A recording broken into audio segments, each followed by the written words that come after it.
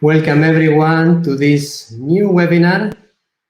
We greet you from Middle East University in Beirut, in Lebanon, and we want to welcome each one of you to this special event, this special program on the topic of future of work, the future of work. And I guess many of you are struggling with the new normal that the pandemic has brought for you as an employee, maybe working remotely, or as an employer, as a manager, as an organization, as a company, trying to deal with the difficult new situation that the pandemic has been bringing to all of us.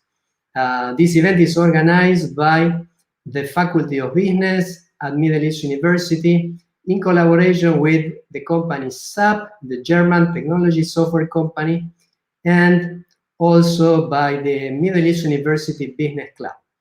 I want to welcome here our two co-hosts for this program tonight. Welcome, Rosiane. How are you tonight? Hi, how are you? I'm fine. Thank you for having me today.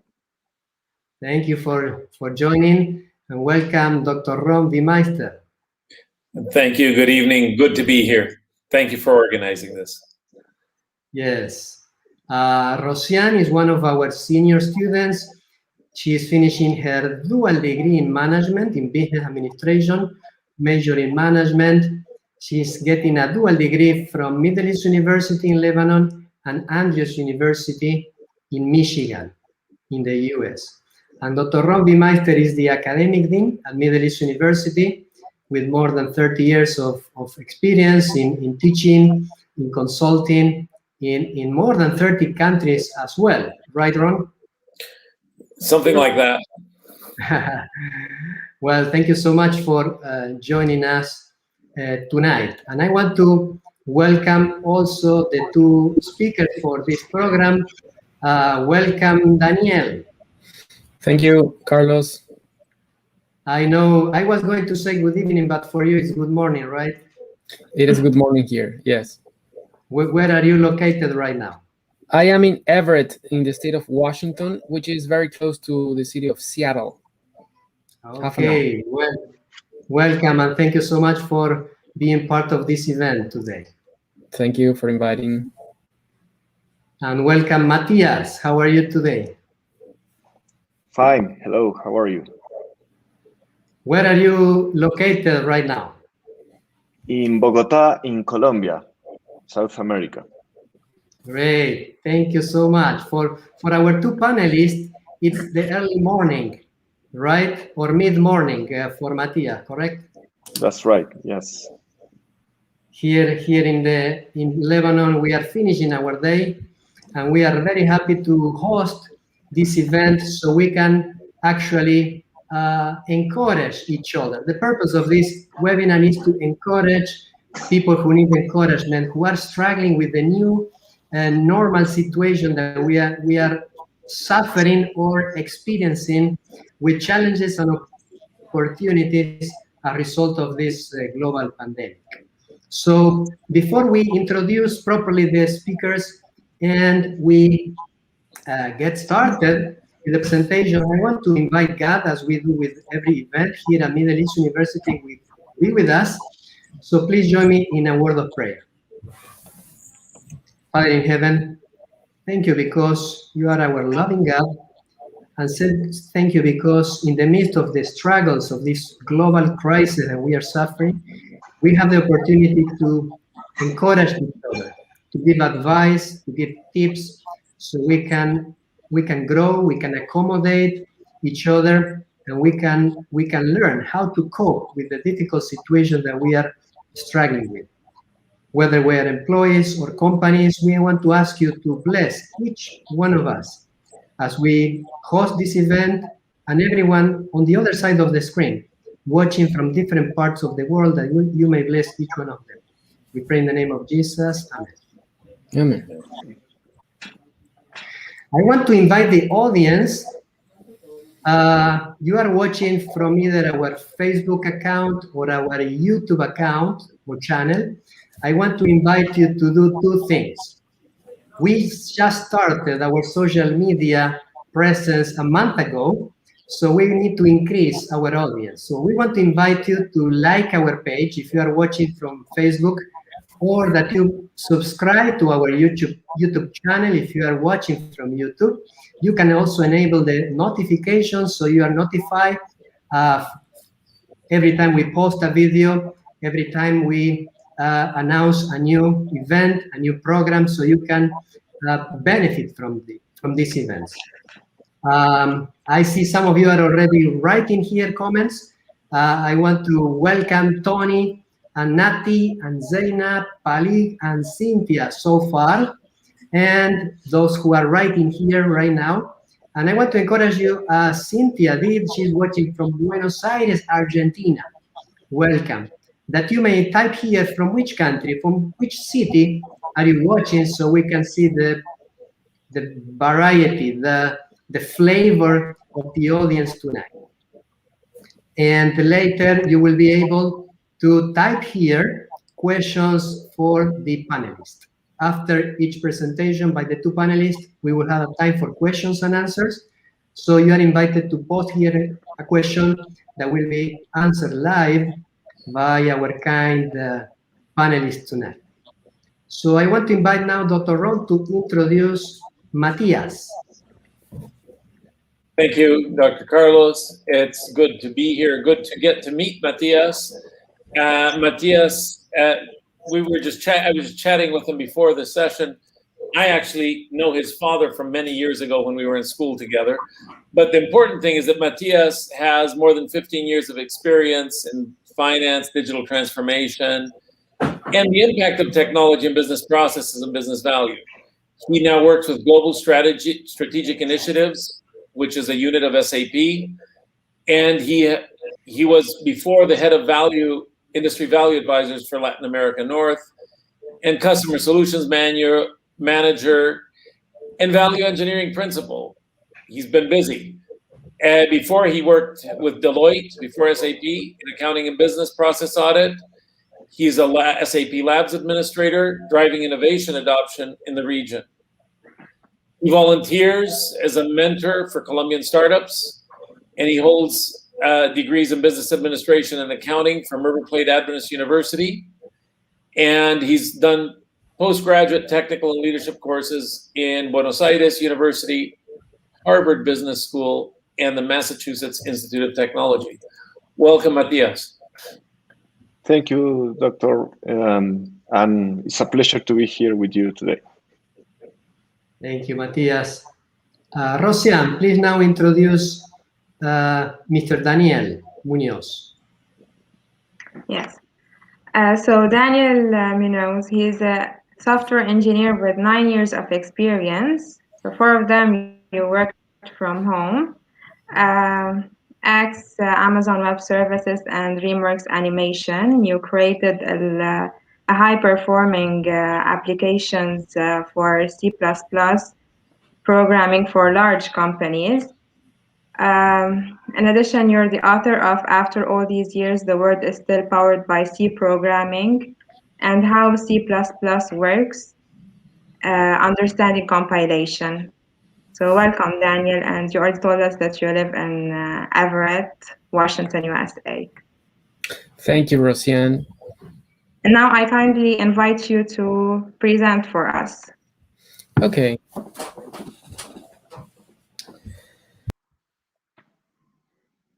So I am going to talk about what are how can you manage to work from home without getting discouraged in the attempt. So it is, I think, it is about motivations. It is a lot about motivations. Do you have motivations to work from home, or do you like to go to the office? For example, in this pandemic, we saw, I mean, something that seemed impossible. Companies that would have never thought to allow employees to work from home, they had a great motivation, and now it is totally possible to do that. As you may have seen, different companies have different policies now about what is going to happen when the pandemic is over. Some companies are telling that their employees should come back to the office, and some other companies are saying that employees could continue working from home for the roles that can be done from home. Also, some companies are saving money in rents of office spaces because employees are working from home. So for some companies, that's going to be convenient too. So there are different views. Different companies have different views about this. But what I am going to talk about is how can you, as an employee, manage to work from home? And I have been working from home for 4 of the years of my experience. The last year was during the pandemic, actually. And so I was working for Amazon Web Services. And, well, we all went to work from home, and it worked.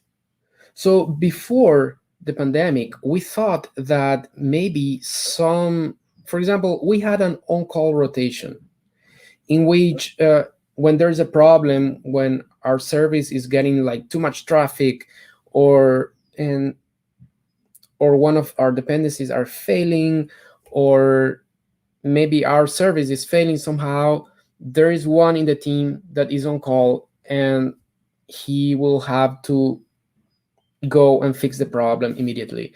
So sometimes we used to think that you needed to be in the office to do that. It was too risky to be from home and all that, but it worked. It just worked. It was the same thing. As long as you had a reliable internet connection, it worked, and many people actually liked it. Now, who were struggling in this case? People that were living in apartments. After some time, after a few months, they started to struggle with this. And I had, for example, a peer that we were working in Seattle. Our office was in Seattle, and he was living in Seattle in an apartment. And one day, we knew that he had traveled to the East Coast, and he was in an island in the beach, working from the beach. And he was so tired of his apartment. So, and another of my peers, he moved away from the city, and he went somewhere else in in the outside of the city. So, and you must have heard that many people did that in the United States, and I'm not sure about the rest of the world what happened, but here, yes, I know people somewhere else, like in Argentina too, that they went out of the city. And yes, so it is easier. So one of the key things is that if you want to work from home and to survive that, you you shouldn't be living in an apartment, probably.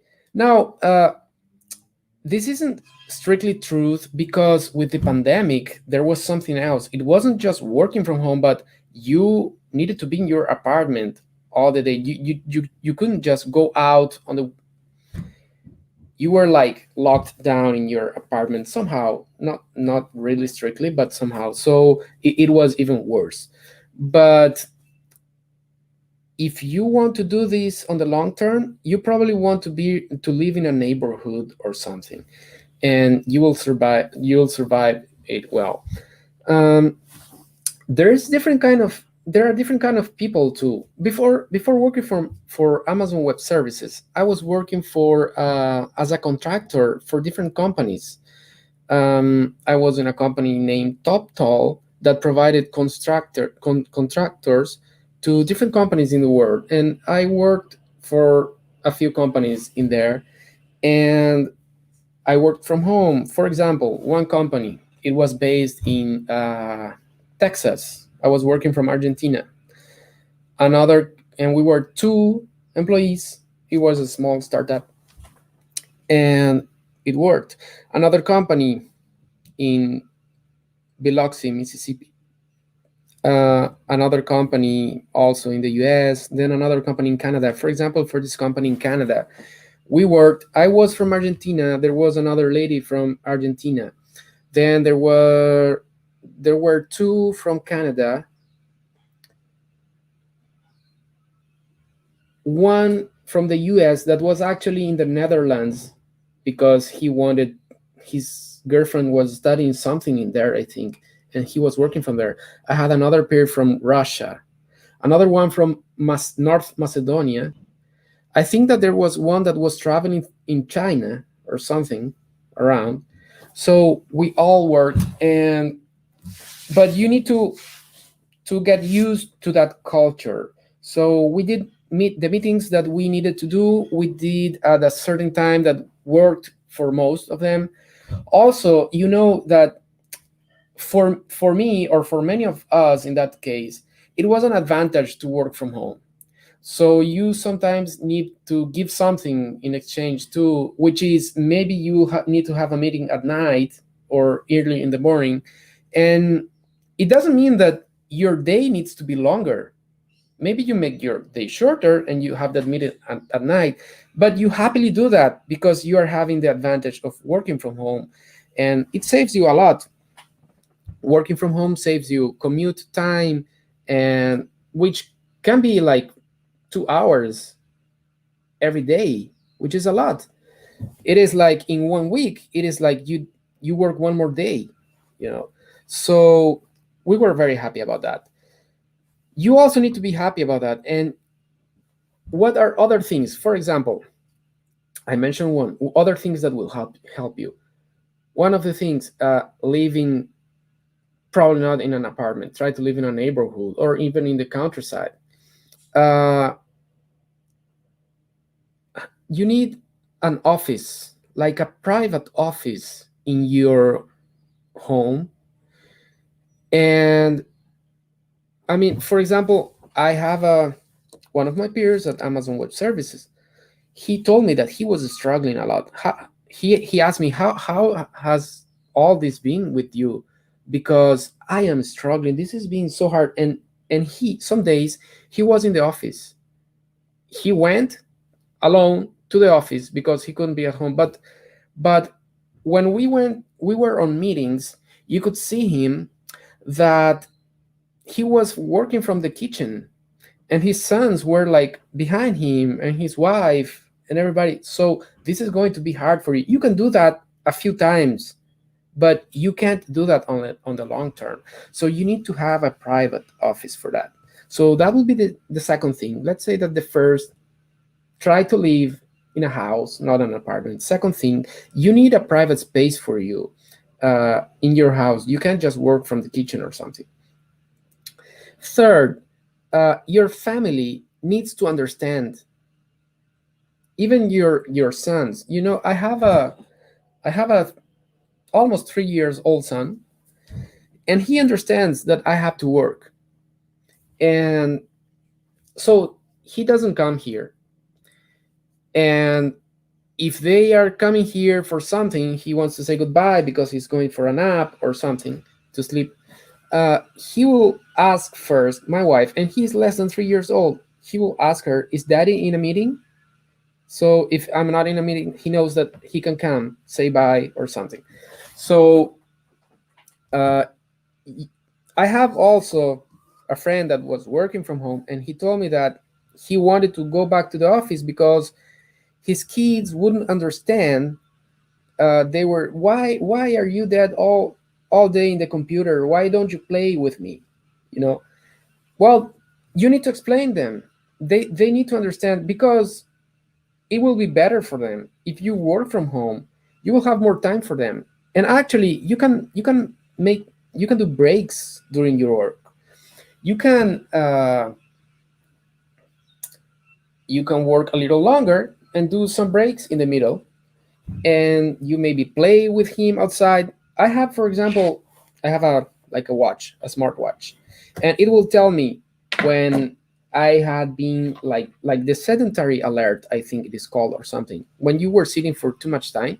So I can get up and then maybe go a little bit with my son outside.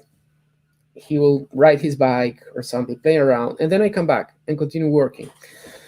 As long as, well, it depends on your work too, because if you have meetings or something, a lot of meetings, then you can't do that. But in my case, I just need to do a certain amount of work every day and attend certain meetings, and then I can accommodate my time otherwise.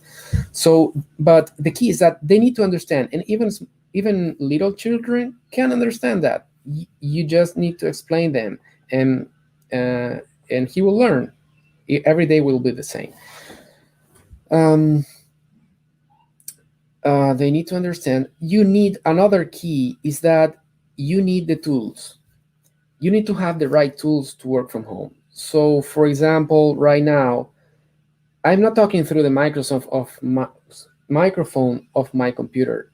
I have a good microphone here that will work great for meetings. I also have the tools that I need. For example, if you are in meetings, in a design meeting, you can just explain by signs or something. In the office, we have whiteboards where you draw all your designs. So in my case, I have like something to write, so like a tablet.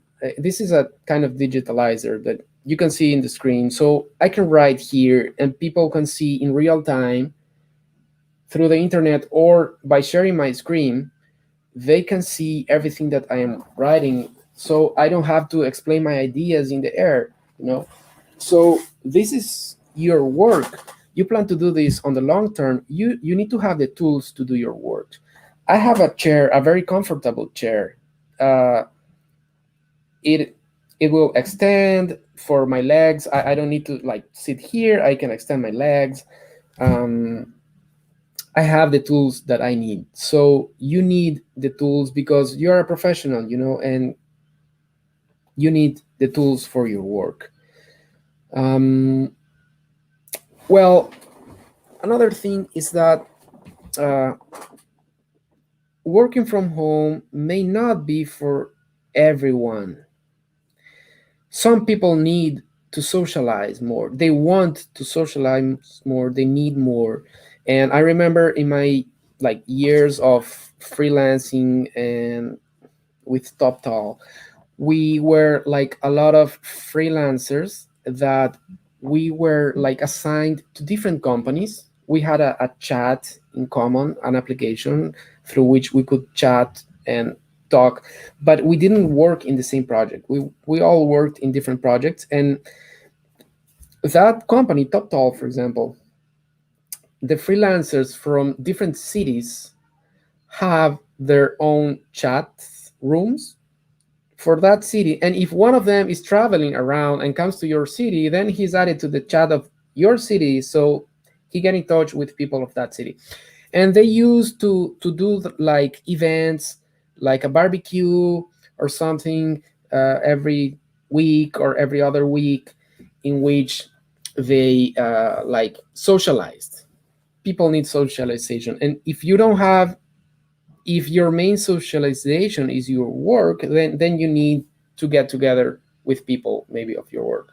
But you may have other socialization sources, and you may not need to get together with your peers. And maybe there's people also that just needs to go to the office, just don't want to stay at home. But make sure that it isn't, what is happening to you isn't something that I am listing here, that you don't have the tools, maybe, or you live in a small place. For example, other people in the company were complaining because, well, in the pandemic, even the teenagers, the kids didn't go to school, so they were at home. Everybody was at home. Actually, I don't know if you saw a video in this pandemic in YouTube, I think, or something, of a cat that used to be alone at home while everybody went to school, to work, and then they came back at night.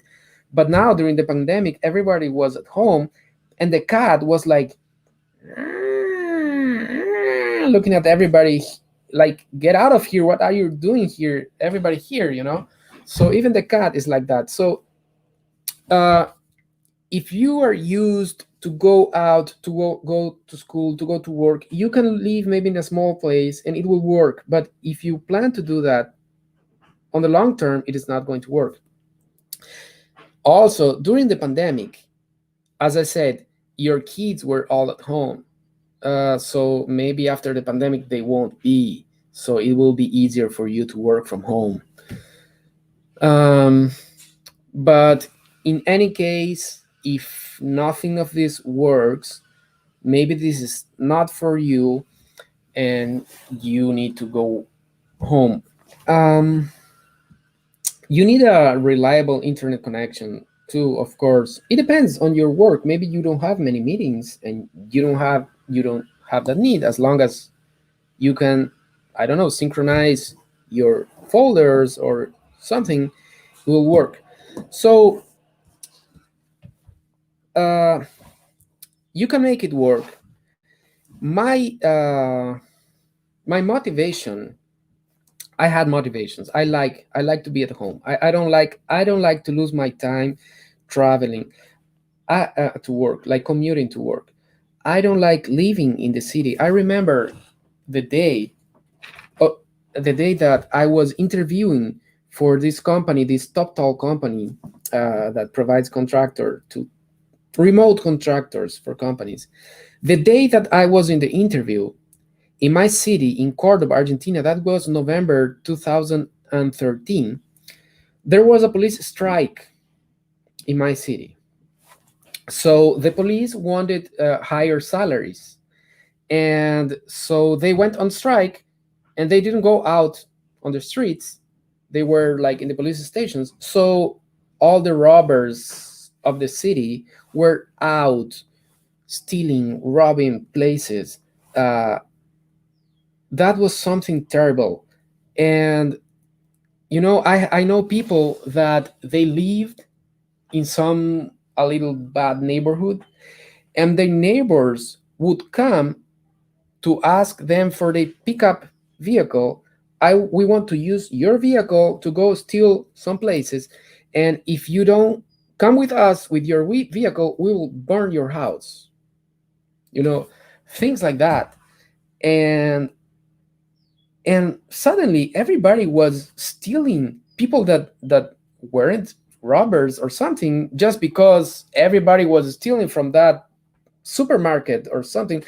Then everybody did it, and it was something that was very shocking for our community, like seeing everybody becoming, not everybody, but a lot of people becoming like robbers from the night to the day, in 1 day or 2 days that the police weren't there. So things can get really bad in a city, and you can think, yes, that is your city, but this doesn't happen here. Yes, but that didn't happen there either. We never saw something like that until it happened. And you don't know beforehand that this is going to happen. You know after this is happening already, and you are trapped in there. And well, for that and many other things, we didn't like cities. We didn't want to live in the cities. So you needed two things, like a place to live and a good internet connection. And by the way, if you need, like, if you want that for you, if you would like to work from home, then it is a good time. It is becoming a good time now, because companies are more open to that. They learned that that can be done. Not all companies, but you can choose a company that has decided that. And also because I don't know if you heard about Starlink, the satellite constellation of SpaceX, Elon Musk. You know, they are bringing like a broadband to all the world, uh, anywhere in the world. So you can use that. So you have the things that you need now. Companies that are open to that, and by the end of this year, they want to have full world coverage to do that. So you will be able to have an internet connection from wherever you are. So if you want to do that, if you have the motivations, then you just need to keep in mind all those things that I mentioned. Let me say that again. You need try to live in a house, not in an apartment. You need a private place in your house to do your work, a private, quiet place. You need your family to understand that. You need to explain them, and they need to understand. Even little children can understand. You need the tools to your work, and you will have the tools now, like, for example, Starlink from SpaceX. Even an internet connection will be available anywhere soon. And well, if you need to socialize, you can go or create those kinds of events and that. So with those tools, you should be able to survive remote working. So that's it, Rosiane. Carlos. You need to unmute yourself, Rosiane. Yes, thank you so much, Daniel, for this wonderful presentation. And thank you all for commenting. And there is some questions. Okay, so there is a question from Nati asking, is there any tips on how to separate working time from the rest of life?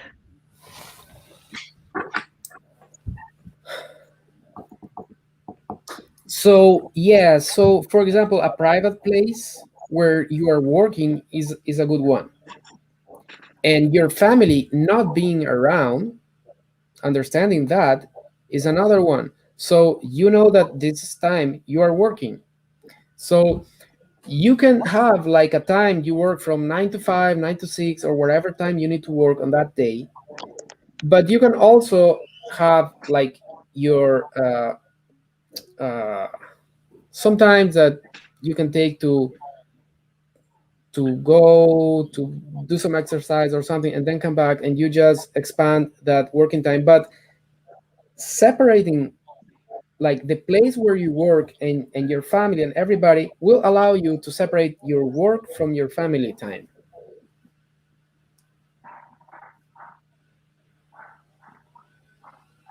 Thank you, Daniel. And there's another question from Tony asking, isn't it boring to work from home? Well, this is why I say it may not be for everybody. Maybe people need to get together, and even different cultures are together. I remember when I worked in Argentina, when lunchtime came, everybody stopped working, and at the same time, everybody like if you were going to order food, you knew that you need to have it for that time that we always lunch together. Otherwise, if you brought your food, you just took your food out of your bag, and everybody ate together. We lunched together, and we had fun, and we laughed, and we tell stories, and we socialized. I remember when I came to the United States, people wouldn't do that. They would eat like everybody alone. And at one point, our manager asked, what would you like? He asked to everyone, what would you propose for our team to be like for team building, for the team to be more together and all that. And I said, why don't we eat? Why don't we lunch together? But in my mind, I meant like do that every day. And he just set up one lunch for everybody, and that was it, one day. That's what he understood. So it is different in different cultures, so in in Argentina, it was different from here. So it may not be for you if you want to socialize, and if you have social time in your work, because in my work here in America we didn't have much, but maybe in other companies you do. So, as I said, you can have those events or something, or this may not be for you. But as for your question, for me, no, it is not boring. It is not boring because for some reason I am passionate about my work, and I prefer nobody to talk to me, just do my work, and I am not bored at all in my case. But it might not be somebody else's case. Thank you, Daniel. And there is one last question from Billy asking, working remotely from home, how we can cope with psychological need or relationship, which we can have in a face-to-face conversation, and also how to cope with computer fatigue. Yeah, so having the tools help, uh, like a good microphone, a good speaker. You can talk like if you were. You can't really beat like face to face, of course, but you can improve things. And if you don't need to be close to your computer for everybody to hear you or something like that, that will improve things. You can talk more naturally, but you will never be able to remove that completely. Uh, so yes, it may be different. Your case may be different. You probably need to do your work on your computer, socialize a little bit, and then don't spend much more time than that on your computer, and go out, do something else, socialize with your family, with your friends outside, and keep this just for working. Thank you, Daniel. That was great. Okay. I think we need.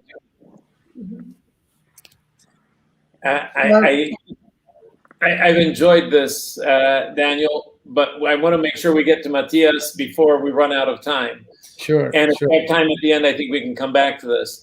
So, Matias, it's your turn to now share with us some of your insights about how we can work effectively in the new world.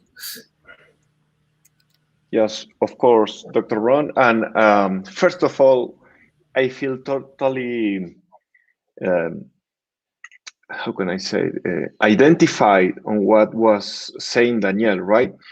We as a family, we moved outside the city due to the pandemic.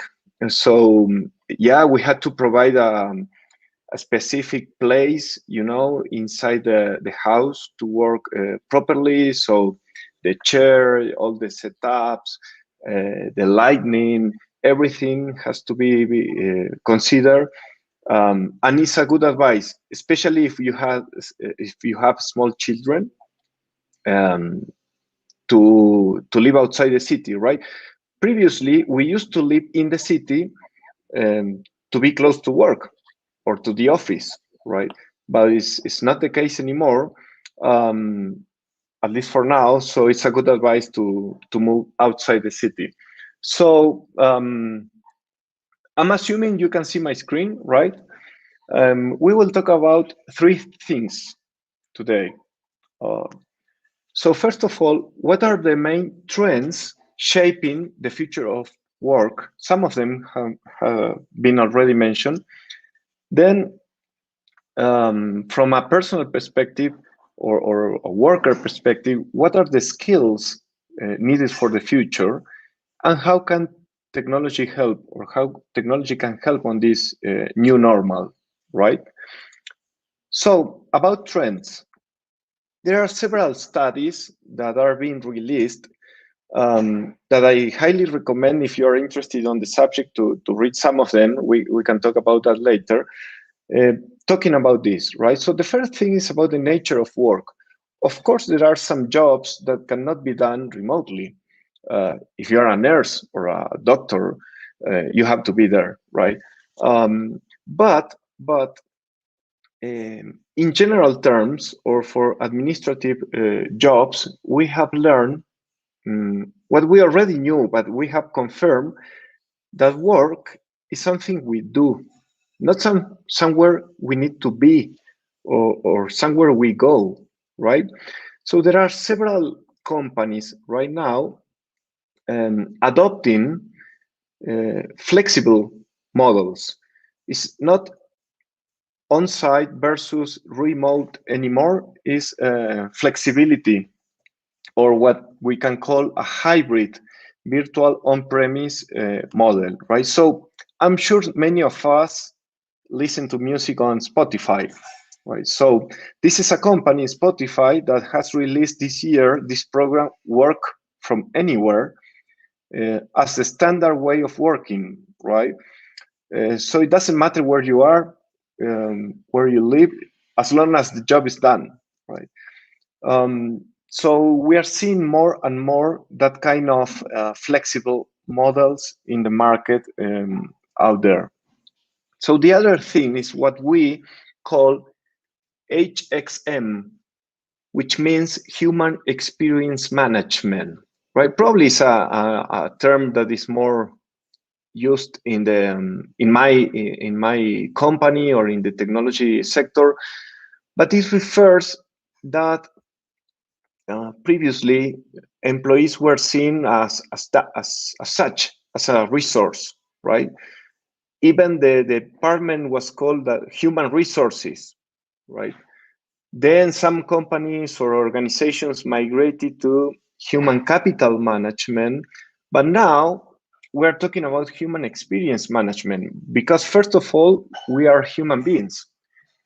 And as human beings, we are affected by everything we are living right now. So the main issue here is the uncertainty, right?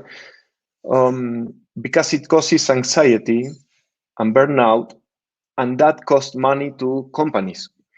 So it's important. Mental health has become a focus for most companies right now. My company, for instance, we are having a new holiday, global holiday next week, to take care of our own mental health. Some other companies are doing the same, like LinkedIn.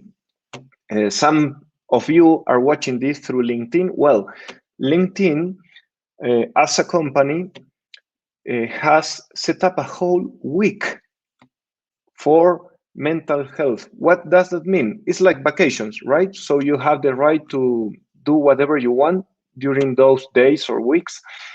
You can read, go outside, just not work, okay?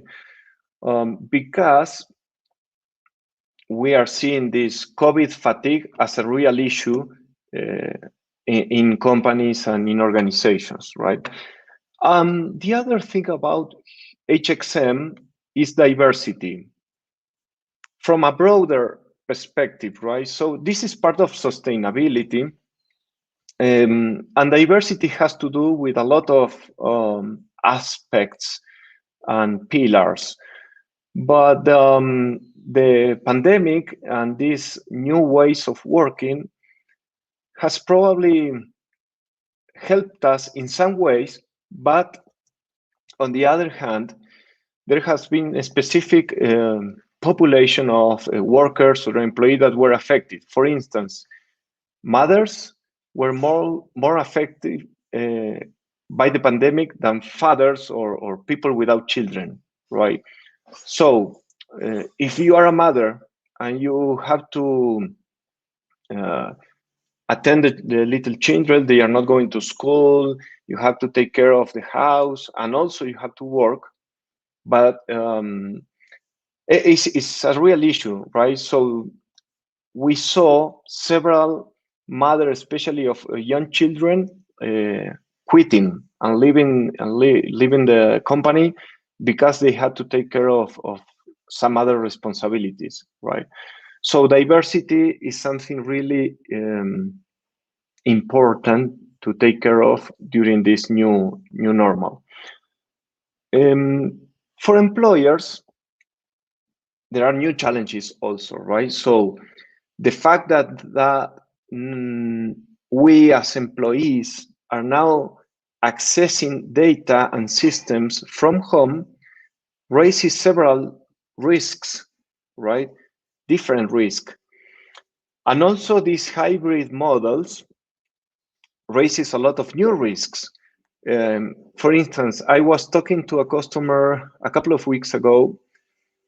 They returned to the office, right? Like at the beginning of this year, at least the back office functions, they wanted to go back to the office, so they opened it. They started receiving again the employees and so on, but some of them got COVID. So now it's a legal issue, it's a security issue, it's a public health issue, and they had to close the office or at least some sector of the office, to disinfect it and so on. So you have to track and to have records of which one of your employees have received the vaccinations, where do they move inside your company, to whom they have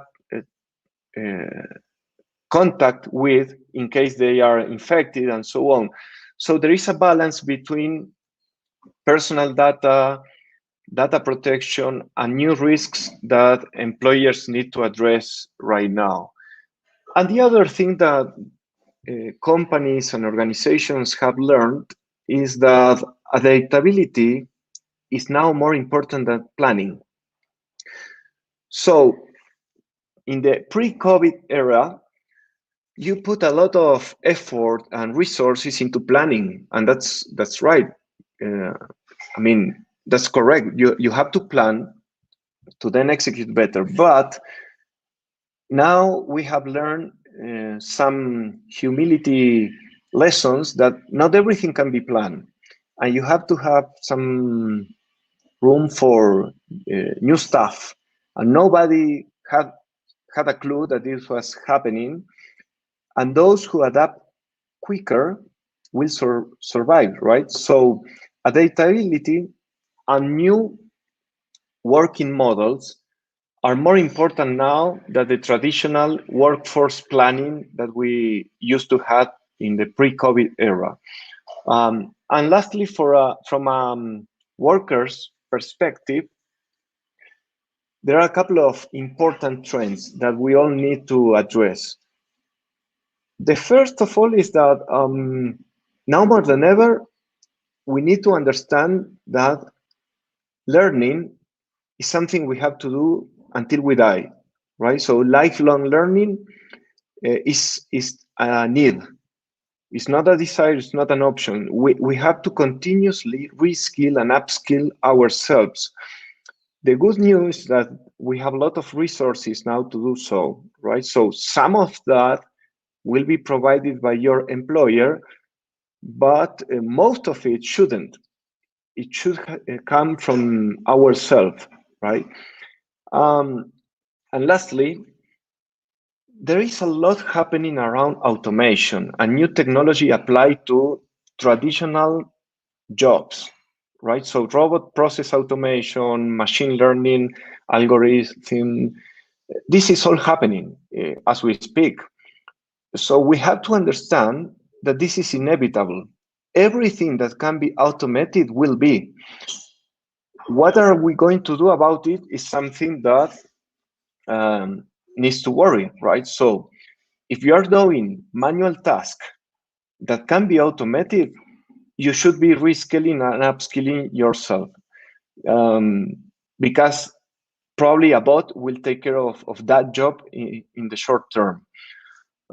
So these are the main trends. I have a couple of graphics from that I took from this study from McKinsey and Company. This is interesting, right? So previous to COVID, most of the employees had a preference to work on site. And actually it was my case. I feel related to it. Some of them with a hybrid model and a few of them to work remotely. Now, in this last study, the majority of workers, we are saying that we prefer a hybrid model. And ideally to have the option to go to the office 2 or 3 days a week, that we can accommodate, right? And then the rest of the week, we can work from home. Some other interesting statistics is that almost half of the employees that answered the survey recognize that there is a lack of clear communication from employers on what's going to happen. And it creates uncertainty, anxiety, burnout, and so on. So this issue needs to be addressed by all employers and by us, right? So as Daniel was mentioning, we need to do exercise, we need to go outside to nature, we need to listen to music, to stop, to talk to the people we can talk. It's not everything around the screen. It's not everything around work. Faith, of course, plays an important role here also, but we need to do something around our mental health. Otherwise, we will struggle. So yeah, this is another study from Gartner. It's interesting because it's more for employers.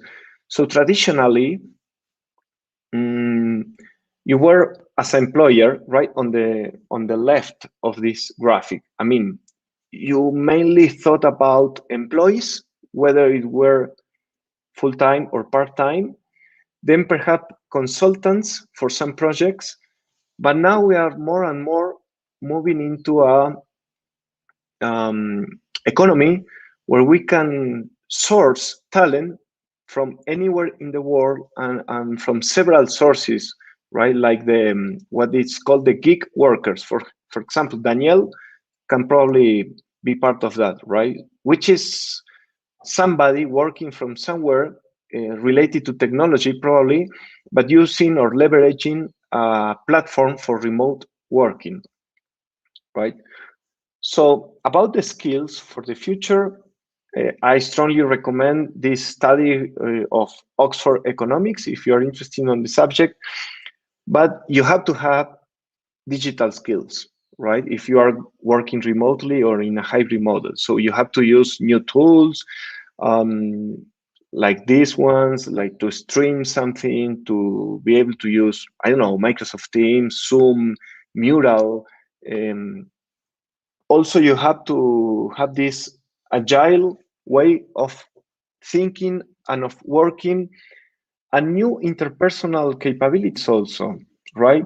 So we're seeing something interesting here also. Those hiring managers, meaning people who are needing talent for some job, say there is a gap between the skills they need for the job and what they can see in the market. On the other hand, we as employees are facing, or as an economic issue, we are facing unemployment, right? So this paradox needs to be addressed not only by governments and working agencies and education, but also we as individuals. Is what I was mentioning before of this need, urgent need of reskilling and upskilling constantly, right? So yeah, there is another study that I also recommend from the World Economic Forum,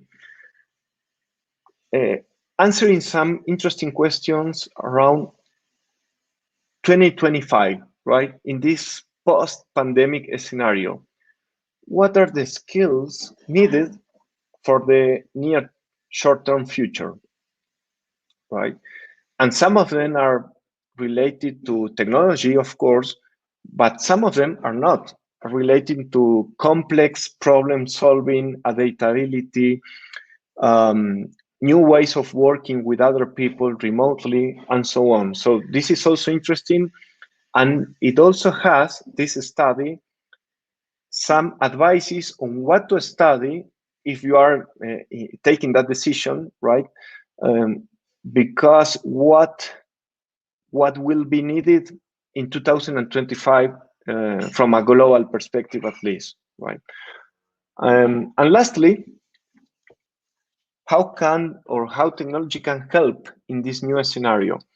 Well, there are several platforms to work remotely right now. So you can be an independent or live anywhere and work from home or from wherever you want, and use some of those platforms like FlexJob, Torre.co, which is the founder is Colombian, by the way, Upwork, Flex in IT, Fiverr. There are several others. From a corporate perspective, there are a lot of applications that are now more needed than ever, right? So cybersecurity and the convergence between logical security and cybersecurity, then enterprise healthcare and safety apps. And of course, there are also apps to foster mental health for our employees, like Mequilibrium, right? And since I work in SAP, well, I'm very fond of SAP Success Factors, Qualtrics, which are part of the family.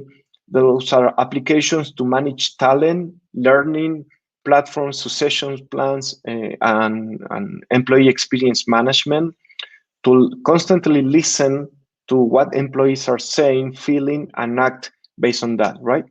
And there is another app. This is a consumer grade app, Calm. You can find it in your Google Store or Apple Store. I highly recommend it also because there are a lot of resources that we as individuals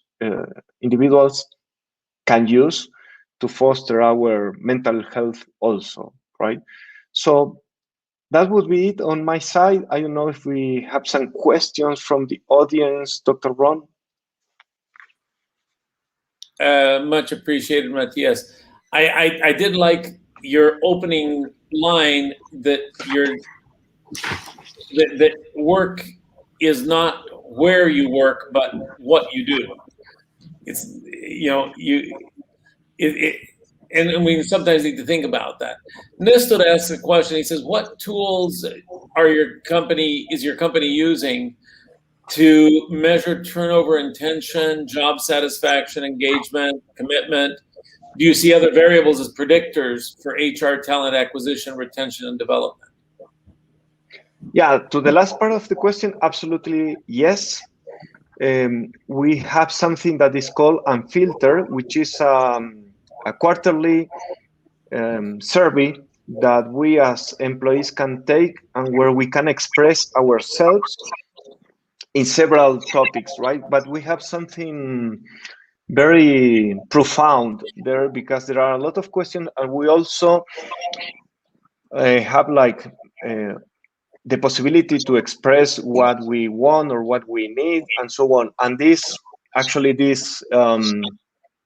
mental health day we are having next week, which is a pay leave, right? Was originated in these trends, and what we were seeing, or our people from HXM department was seeing, analyzing that data, right? But we are 100,000 plus employees. So there is a lot of data to process. But yes, absolutely yes, we do that. Okay, and Nestor asks a follow-up on that. He says, is it a 360 evaluation or is it a self-rating tool? It is it's not a Self-reporting. 360 in the traditional way of the evaluation, right? Because on the 360 evaluation, you ask your manager, your colleagues, if you have also people working for you as a team, you ask everybody about you and what you can do. So we still have that, but this is more like listening to what employees we are saying and feeling and wanting. So it's complementary, and it's part of what we call the employee experience management. And we also use some tools that are typically used for consumer experience or customer experience, like the Net Promoter Score. That's an index that CPG companies and retail companies use to measure what consumers and customers are saying about a product or a brand or whatever. We use the same logic for a Net Promoter Score of our managers, right? So if we see any negative trend, we can act on that, or if we see that trust is going up, we try to understand why and so on. Okay, thank you. There's a question / comment from Billy. He says, with these trends, our universities need to evolve quickly in order to train the trainers for future teachers in schools and high schools. You know, and you were talking about the fact that you can automate and you can replace, and I would just add to this and then throw it to you. You know, I would hate, as I look at how things are moving, how are you going to teach history 10 years from now when the students are going to have smart glasses and as they hear something mentioned, they get video, they get images, they get everything instantly? You know, how do we rethink education? Well, that's a tough one, right? And probably there are more qualified people to answer that. My take on that is that I see a combination of several new tools, as you mentioned, that are probably more engaging and more entertaining for some aspects, but the human aspect will also still be needed for some time at least, right? But yes, universities and education institution as a whole needs to quickly act.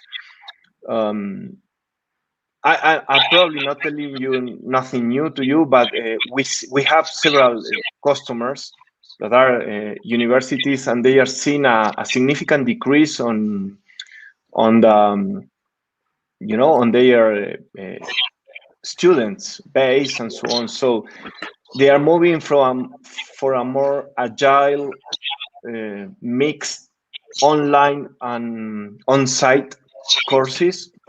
So perhaps you can offer like short courses instead of 5 years careers, right? There are a lot of careers that won't disappear overnight. I mean, if you are studying medicine or law or accounting, I mean, there is no shortcut for that. But the thing is that for all those professions, there are a lot of aspects that has been taken by software right now. So what is not yet is creativity, flexibility, capacity of solving complex problems, interacting with other people, right? But I think we have to reinforce that.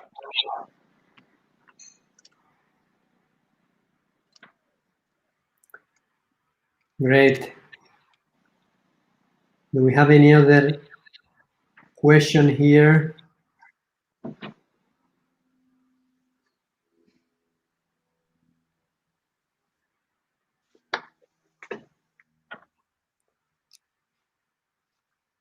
If you have any question, you that are watching from the other side, please type here in the comments your question for either Matias or Daniel.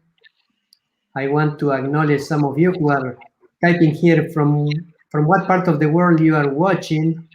Lynn from Lebanon, and I see here Moni from UK, and also Tony from Lebanon, and FF watching from Lebanon, Natalie from Lebanon, Esther from Turkey, Makram from Beirut. Welcome everyone.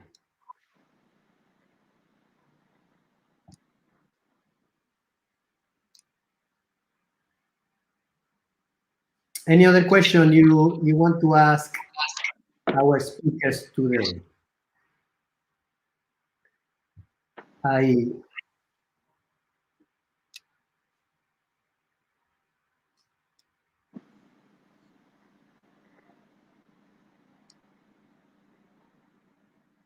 took a few notes from both of you that I want to highlight. Going back to Daniel, you mentioned a few tips or advices for all of us who are working from home that I want to remark. The private place in the home is very important for the sake to be quiet. We cannot work comfortably from the kitchen or from the living room where everyone is walking around. We need to have good tools, good chairs, good internet to make the job smooth. The family needs to understand that this is work and that we are working from home. And I saw a comment here earlier that not only children, but sometimes the adults also fail to understand well that daddy or mommy or uncle is secluded in a room because he or she is working. So I think that's very important. And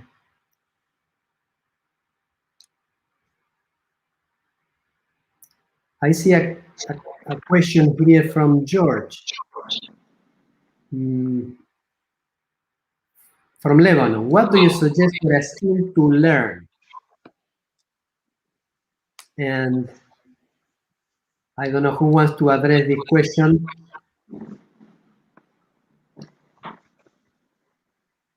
I can take that, no problem. So it depends, George. I mean, it depends on what you like, right? But I would suggest to leverage some platforms out there that you can take some free courses, and then if there is something you want to go deeper, there are of course a lot of paid courses, right? But most of the universities or the main universities around the world, at least last year, they opened several e-learnings and seminars, online seminars, to do it for free, right? You have also some new platforms like LinkedIn Learning. It's something that actually we use in our company. It's connected to our learning platform. So we have our own content, but some of the skills, and let me give you an example. Myself and several of my colleagues had to do some learning around cloud, right? So understanding some basic concepts around the cloud and how it works and how to position and sell it and so on. So for that, there are a lot of interesting courses, but we saw some of them very good, given by Deloitte personnel that are available in LinkedIn Learning. So we just connected our platform to LinkedIn Learning. We took the courses there, and after you finish, you have to pass an exam, and that's it, right? So that's something else. I mean, instead of creating a new course, someone just saw that there was good content out there that we could leverage, and that was it, right? So it depends, George, on what you like, what you want to do. But there are a lot of platforms like edX also, where you can leverage, right? Thank you, Matthias. There is another question here from Elijo. What is the median duration of work per day? And I would add to this, should employees working from home like you and me determine the number of hours per day that we should be working, or should our companies tell us how much time we need to spend working from home? What do you guys think?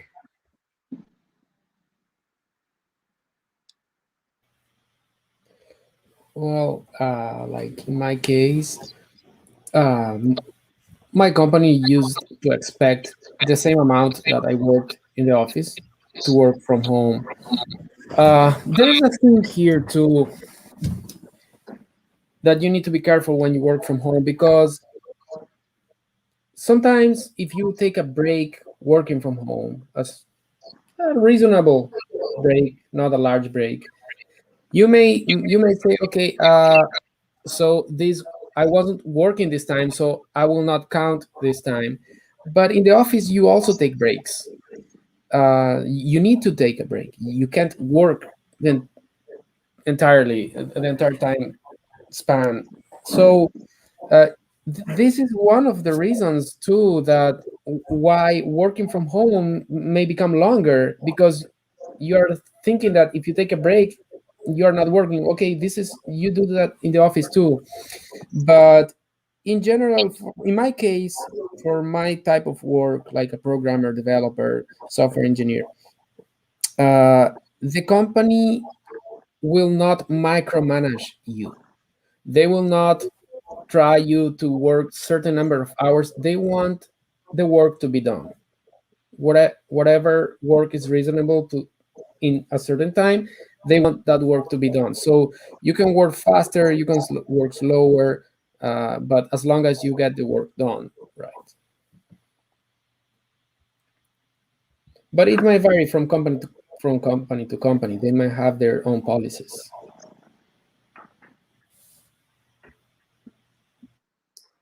There is a question here from Nestor making reference to something you were sharing earlier, Matthias. Mostly qualitative then you code it.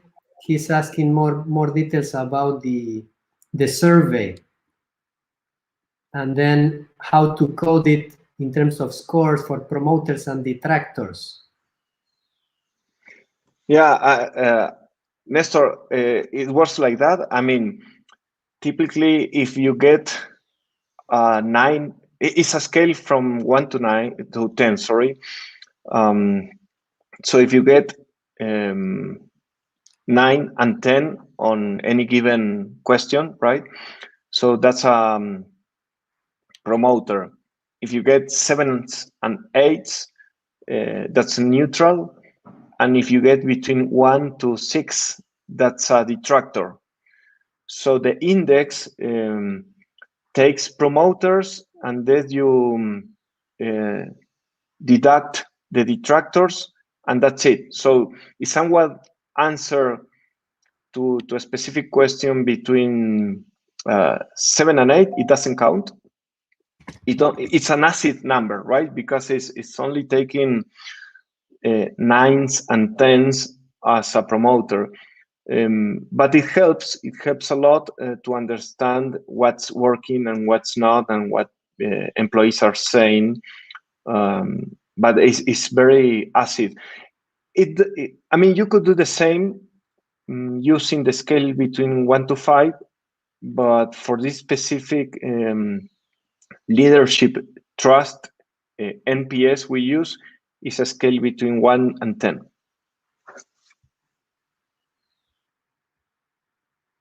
Thank you, Matthias. Eligio asks, what system is better for work, iOS or Android? I guess depends on which platform you love, right? I don't know exactly what was the background of the question, but So iOS and Android are both operating systems of cell phones. So in this case, I'm not sure if he's asking, like, you want to work developing applications for iOS or Android. That's probably the question.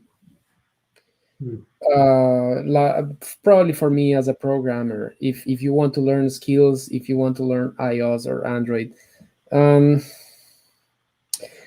Well, it depends. If you are going to build an application like for yourself, try to make money with your own application, then you may want to go for iOS, because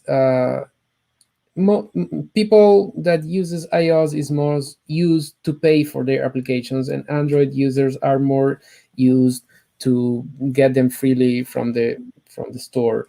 So you may want iOS. But if you work for a company that monetizes in some different way, and they need to make applications for any of them, then either is fine. For Android, what you have is a lot more users. So for your question, I can't really tell you. Maybe you could compare. I don't know that information, what salaries are better for iOS or Android currently, but let me tell you something about that.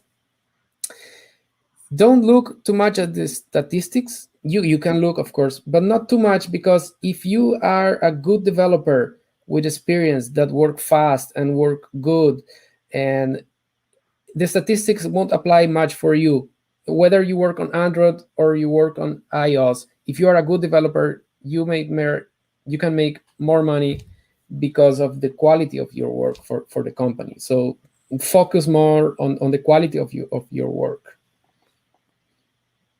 thank you, Daniel. I think this is a question that many people have in their minds. Do you guys think that this working from home will continue after the pandemic? Will companies enforce or allow employees to work from home in the long term?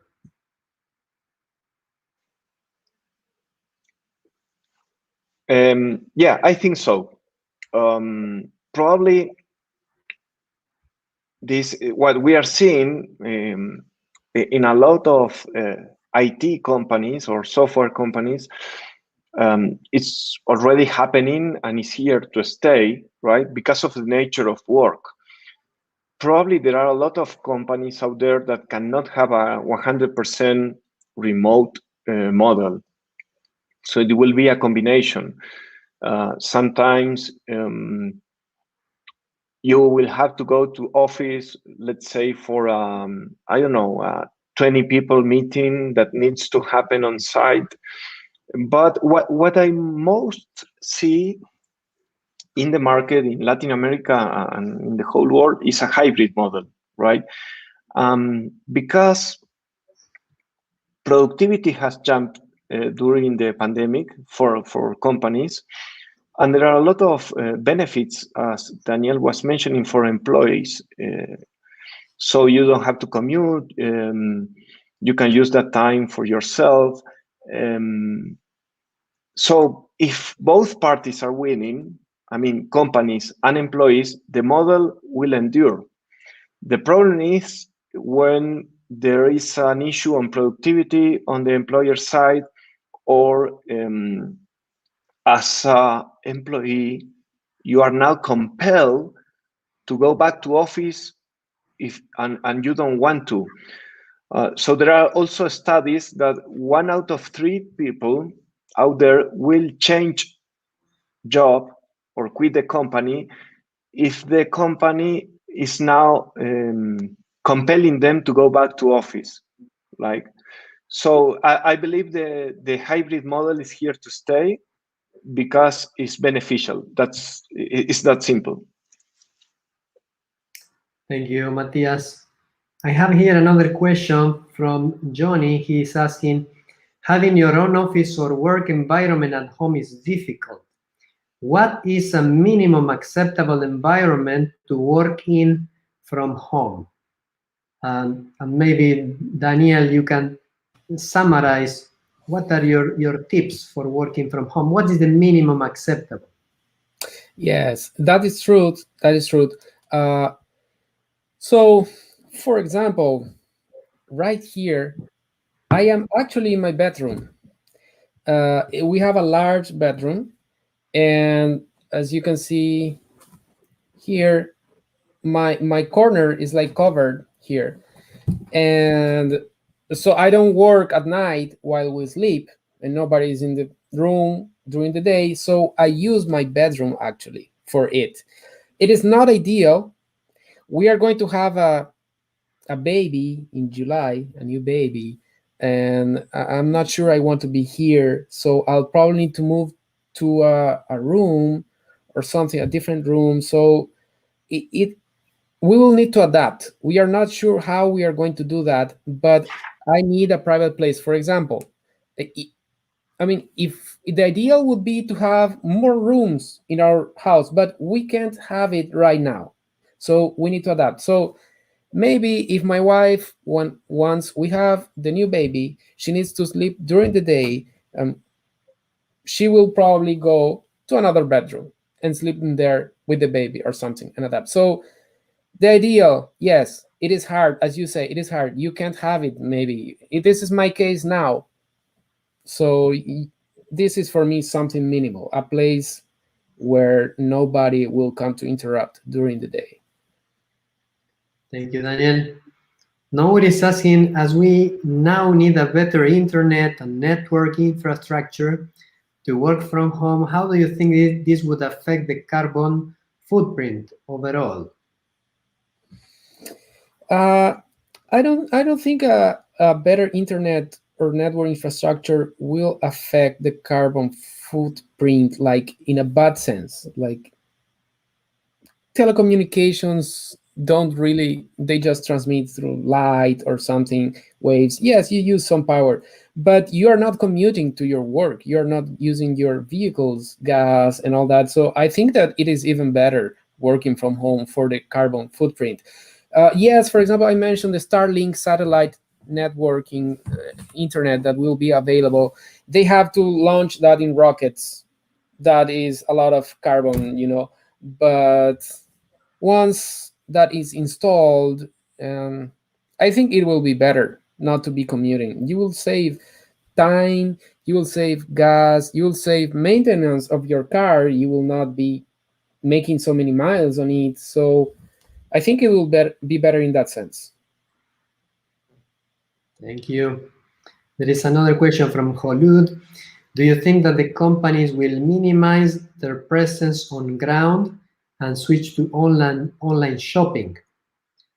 And maybe this is for an e-commerce company, but or in general, companies are going online, right?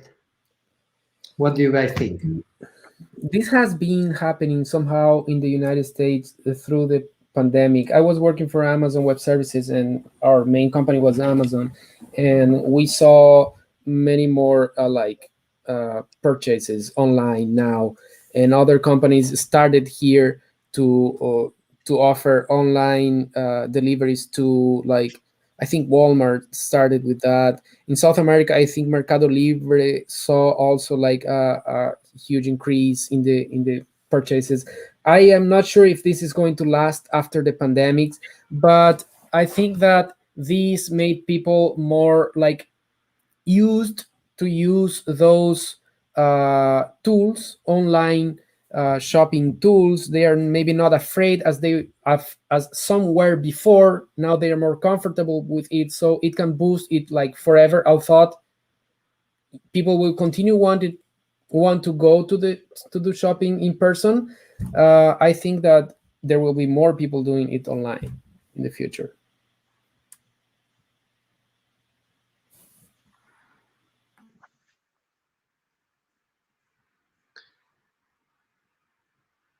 We have another question here from Nestor.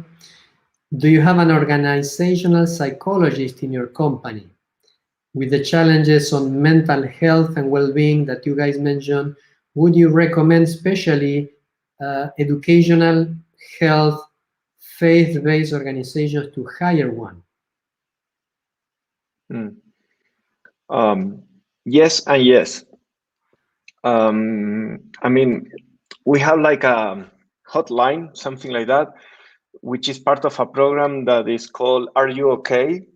So, I mean, in case you need it and you are facing some or are struggling or facing some particular situation, previous to COVID, it was focused more like any, I don't know, let's say legal emergency or something like that, where you could have advice on different types.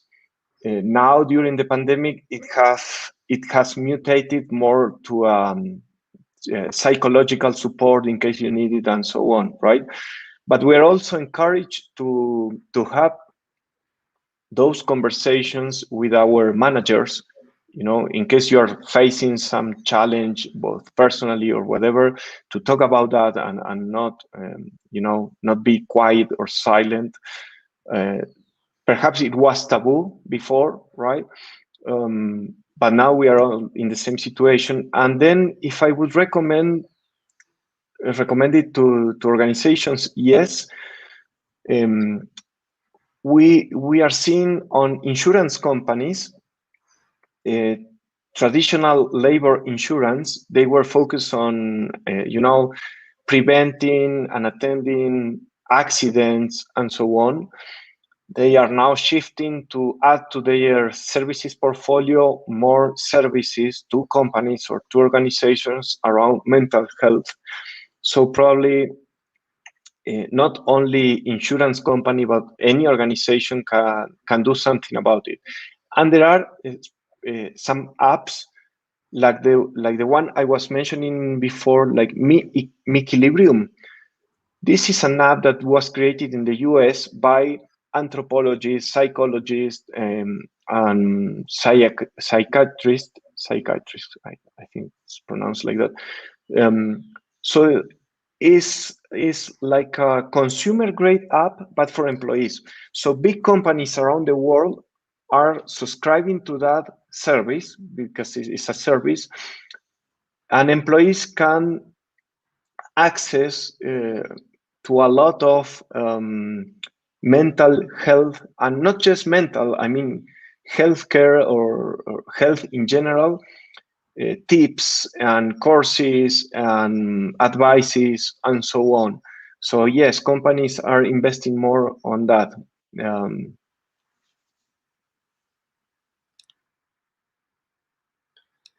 Maybe we can take this last question as we reach our conclusion today. Do you think, says Fadia, that working from home will increase depression among people?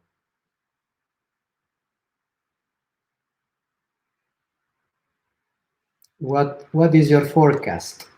Will we be more depressed as a result of working from home? I know probably this is more for Daniel since he has been doing it for years. I can't predict that. I don't know. I can't give an answer to this question. I think that it depends on the person. I am not more depressed. I'm so happy about working from home, and I would hate to have to go to the office again. I will try to avoid that as much as possible. And I am happy. I'm not depressed. I am super happy for working from home. But other people could feel depressed. But I mean, if the question was if the pandemic is going to last a lot, will people be more depressed? I'll say yes, because they don't have an option. They can't go to the office. But since you will have the option to go to the office or find a job that you have to go to the office or that you can go to the office, then you will be fine if you are the kind of people that feels depressed working from home. Okay, thank you. We are going to take one more and then we are going to close. From Macron, what about time management, especially for web developers? In your opinion, will we be only working remotely in the future, even when the pandemic ends? Similar question we addressed earlier, but maybe the first part of the question you can answer, Daniel. Yeah, so it depends. Maybe it depends on the company, and it depends on your level too. Uh, More junior level developers tend to be more micromanaged, and more seniors are more independent. For example, Facebook said that they will allow uh, developers to work remotely forever, but just for senior people. They are, or at least they are starting with senior people. For entry level engineers, they want them to be in the office because they need more guidance. So I believe that after you reach certain seniority and your company can give you something to do, and you will do that yourself without struggling at home, and you deliver them results, then you will be fine. You and they won't be managing you. For example, at Amazon Web Services, as I said, our manager didn't micromanage us. They wouldn't manage what we did. No, they wanted results.